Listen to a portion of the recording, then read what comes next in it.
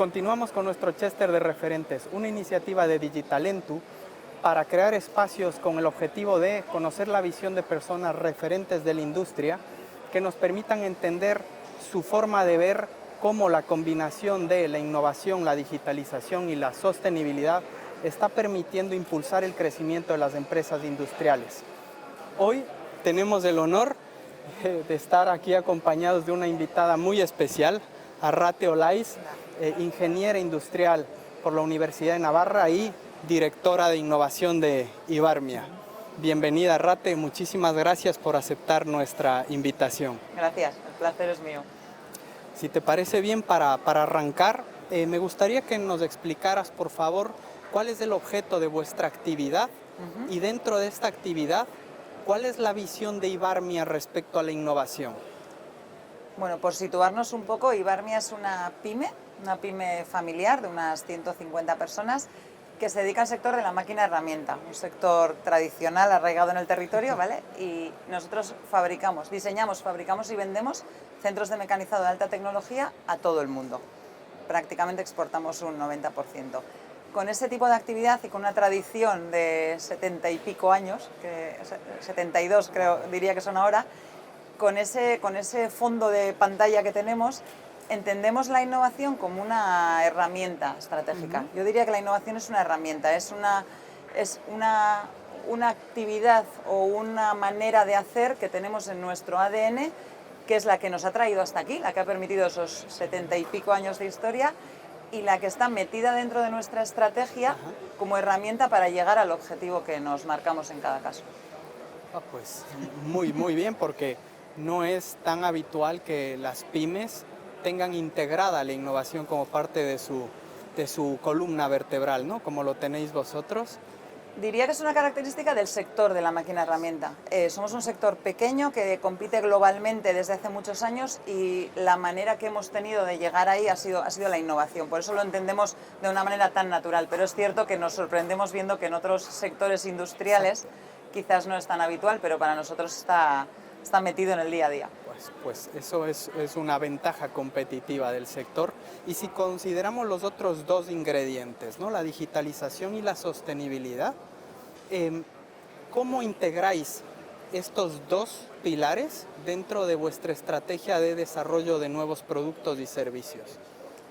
Es verdad que no es evidente, no voy a ser aquí demasiado, lanzar las campanas al vuelo, no es evidente para nosotros al menos, porque efectivamente esa tradición pesa, venimos de una tradición de innovación en ciertos aspectos y digitalización y sostenibilidad nos abren abanicos nuevos de desarrollo. La parte de sostenibilidad siempre la hemos entendido más desde el marco regulatorio, pero empezamos a verla más como oportunidad. Exacto. Y la parte digital está claro que ha venido para cambiarnos un poquito la forma de trabajar a nosotros y a nuestros clientes.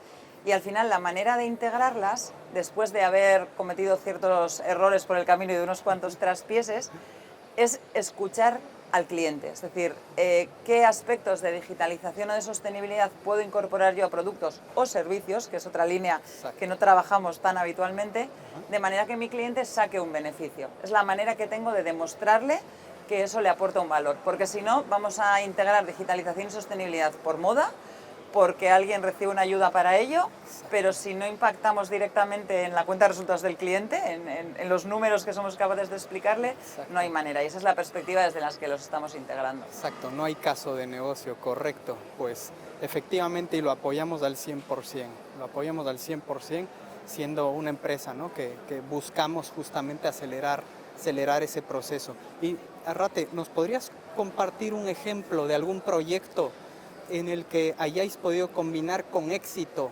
estas tres palancas? Las tres cosas, es verdad que la parte de sostenibilidad en nuestro sector en particular no tiene un impacto tan alto desde el punto de vista de cliente, pero es cierto que nosotros vendemos centros de mecanizado que evidentemente trabajan con energía eléctrica, eso es indiscutible, por tanto todo lo que podamos impactar sobre la fase de uso del cliente es una evidencia. Y nosotros mismos hemos empezado a trabajar en analizar qué aspectos del producto, al final hacemos máquinas, qué aspectos de esa máquina podemos mejorar de manera que quizás el producto inicialmente sea más caro, eso es lo que cuesta a veces trasladar, pero esa primera inversión inicial puede ser un poco más elevada, pero conseguimos demostrar que durante la fase de uso tenemos un ahorro. ¿Y cómo conseguimos demostrar ese ahorro en la factura de la luz? Porque hay que ir desde nuestro punto de vista, y lo que hemos comprobado con el paso del tiempo es que hay que ir a cosas que entendamos todos. En mi factura de la luz mensual, ¿no? ¿Cómo consigo, cómo me demuestras que yo voy a tener un ahorro? Y ahí entra la parte digital, porque yo tengo que ser capaz, primero, de actuar ante mi máquina, operarla de una manera inteligente, es decir, elegir en qué modo trabajo para decidir si ahorro o no ahorro energía, o si intento buscar otro tipo de parámetros, ¿no? Si quiero sacar las piezas más rápido, quiero sacarlas en mejor precisión, pero tengo una manera de actuar conscientemente para reducir ese consumo, y luego tengo que ser capaz de demostrar en base a datos que eso está siendo así, porque una cosa es la promesa en el momento de la venta, pero tienes que tener la certeza de que va a ser así, ¿no? Y al final diría que los casos en los que somos capaces de combinar las tres cosas van en esa línea. Van en una línea de máquinas en las que hemos tratado de optimizar todo lo que tiene que ver con accionamientos que consumen energía, datos que sacamos demostrando que esos accionamientos efectivamente generan ese ahorro, y demostración clara al cliente de efectivamente en la factura, en la línea final, lo del mes pasado y lo de este son diferentes, ¿no? Hay ROI, hay ROI. Y vamos a aspectos, quizás suenan muy básicos, pero vamos a hitos de ese tipo. O sea, preferimos proyectos de este tipo que proyectos muy grandilocuentes en los que luego demostrar o satisfacer al cliente. La idea es no generar falsas expectativas, ¿no? No queremos ir a grandísimos proyectos en los que luego intentas ir a demostrar cosas y es muy complicada la conversación, ¿no? Sino que el objetivo es ir a temas mucho más concretos, y este caso del consumo, por ejemplo, es uno de ellos. Pues enhorabuena, ese concepto del quick win o del microéxito aplicado, ¿no? Al proceso de innovación, a proyectos de digitalización, de transformación de la propuesta de valor, pues muchas veces son, ¿no? Proyectos que les llamamos en Digitalentu productos o proyectos cebolla, ¿no? Muchas capas muy complejos, no solo de vender, sino también de adoptar, y que muchas veces parten de una innovación que no se ha vendido durante años. Vuestro enfoque de orientarlo hacia un producto, proyecto mínimo viable que realmente se oriente a un impacto en la cuenta de resultados del cliente, porque habéis escuchado cuál es ese parámetro que genera el caso de negocio, es una de las metodologías y justamente una de las recomendaciones más clave que solemos hacer en este proceso, así que enhorabuena. Y dentro de todo esto, ¿no? Aunque hayáis conseguido acotar mucho el impacto, el alcance para poder demostrar, ¿qué lecciones habéis aprendido en todo este proceso? Pues la primera es ir a por objetivos pequeños y alcanzables, porque cuando, sobre todo en la parte de digitalización, y ya son unos cuantos años, porque empiezas a echar la vista atrás y ya son años trasteando con esto de los datos, pero al principio empezamos a captar datos, así como suena, captar datos de un tipo, de otro. Claro, nos dimos cuenta que las máquinas realmente nos estaban ofreciendo un montón de datos continuamente, entonces decidimos captarlos y subirlos a una nube, y hasta que te preguntas el para qué, y aparte de generar un lío y un tipo de trabajo que no se entiende muy bien, es que además no le estábamos generando ningún impacto a nadie, ni a nosotros mismos ni al cliente, ¿no? Entonces, lo primero ha sido entender para qué estamos haciendo las cosas. Puede sonar muy básico, pero realmente en este tema de la digitalización, que hay tantísima información, tantísima tecnología, la barrera no es tecnológica, al menos en nuestro sector a día de hoy. La barrera es de caso de uso, o sea, es de entender para qué quiero hacer esto. Exacto. Y luego orientar bien los esfuerzos hacia eso. Nosotros somos una empresa mediana y los esfuerzos, los recursos, mejor dicho, son limitados. Entonces tengo que elegir, ¿no? Los 100 euros de hoy, ¿a dónde los meto? ¿Los dedico aquí o los dedico aquí? Y la idea es intentar, bueno, pues aprender de esos errores de hacer porque sí. Porque ahora resulta que hay que coger datos, captamos datos. Ahora hay que subirlos a una nube, los subimos a una nube. Ahora le tengo que permitir al cliente que los consulte. Pero el cliente no está preparado para esto, que esta es otra cosa que hemos aprendido. Escuchar al cliente y ver en qué nivel está. Porque a veces intentamos ir con cosas al mercado que el cliente ni le interesan, ni están en sus preocupaciones, ni es capaz de traducirlas a nada que le interese. Por tanto, parece una moda, ¿no? Entonces, los aprendizajes irían un poco en la línea del enfoque, de hacia dónde, de poner primero el enfoque y luego ponemos la tecnología al servicio, porque la tecnología está, y la encontrarás de una manera, de otra, te costará un poquito más, un poco menos, Pero la tecnología hoy no es una barrera para nosotros. Totalmente. Es el dónde la usas, cómo la usas y para qué la usas. Totalmente orientación al cliente, y desde esa orientación al cliente, un punto además que hace más compleja quizá la foto, ¿no?, que tenéis en Ibarmia, es que no vais en todos los casos directamente al cliente usuario final, sino que tenéis una red, ¿no?, de dealers, de distribuidores, de partners que también están apostando por la digitalización, por la innovación y que quieren tener su rol, ¿no? ¿Eso cómo lo estáis gestionando?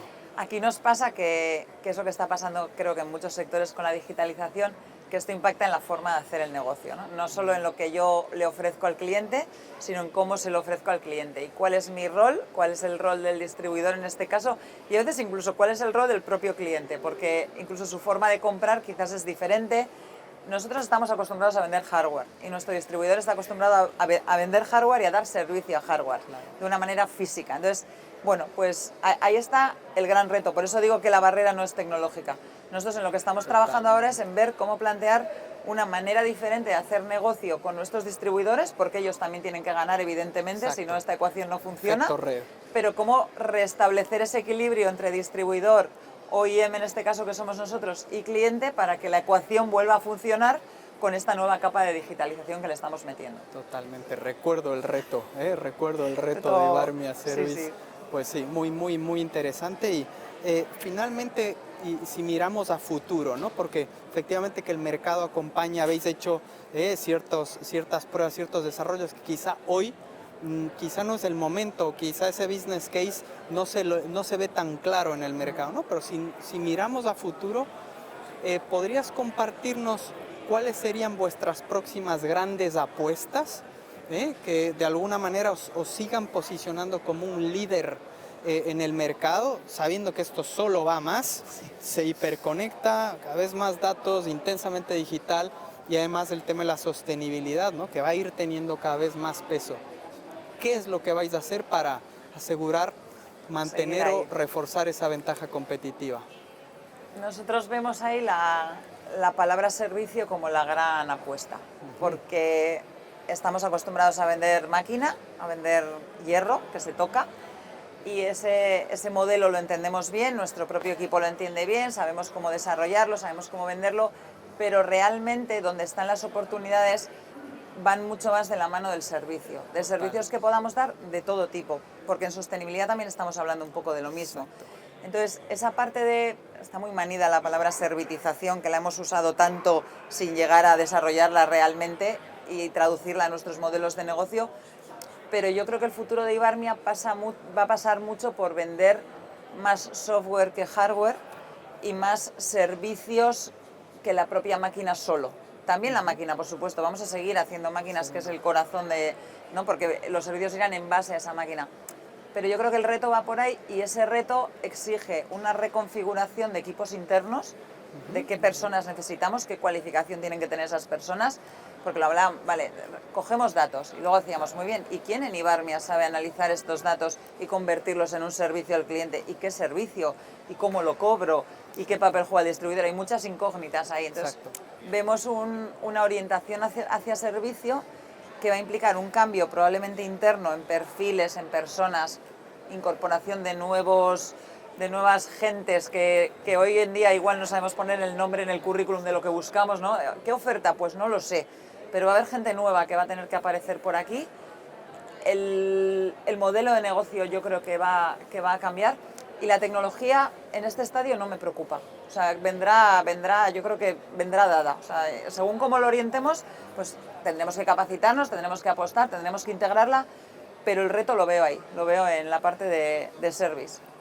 Pues coincidimos, el impulso a los servicios no deja de ser una manera de crecer y también una manera de generar una ventaja competitiva incluso mayor, ¿no?, en la que además de esos servicios puedan ser cada vez más avanzados, de mayor valor, siempre, como bien has dicho, que el mercado acompañe. Por lo tanto, la escucha activa y la capacidad de obtener esa información, de identificar las oportunidades a tiempo, es en sí misma ya una fortaleza que deberían desarrollar las empresas que están en un sector tan innovador como en el que estáis vosotros. Así que Por eso la parte de innovación como herramienta estratégica. O sea, para mí esa parte no es una herramienta de gestión, o sea, tiene que formar parte de la estrategia y tenemos que escuchar porque si no podemos tirar para el sitio que es o para el que no es. innovación con V de vender. Eso es buena. Pues, y Arrate, encantadísimo de haberte tenido en este espacio con nosotros, de haber compartido contigo este momento. Ya sabes que te apreciamos muchísimo, que te respetamos muchísimo, aprendemos muchísimo de ti y gracias por dedicarnos este tiempo en unos días tan ajetreados como los de la Bienal. Ha sido toda una experiencia y muy agradable, así que es que ricasco. Gracias por ser así con nosotros, Arrate. Es que ricasco. Es que ricasco.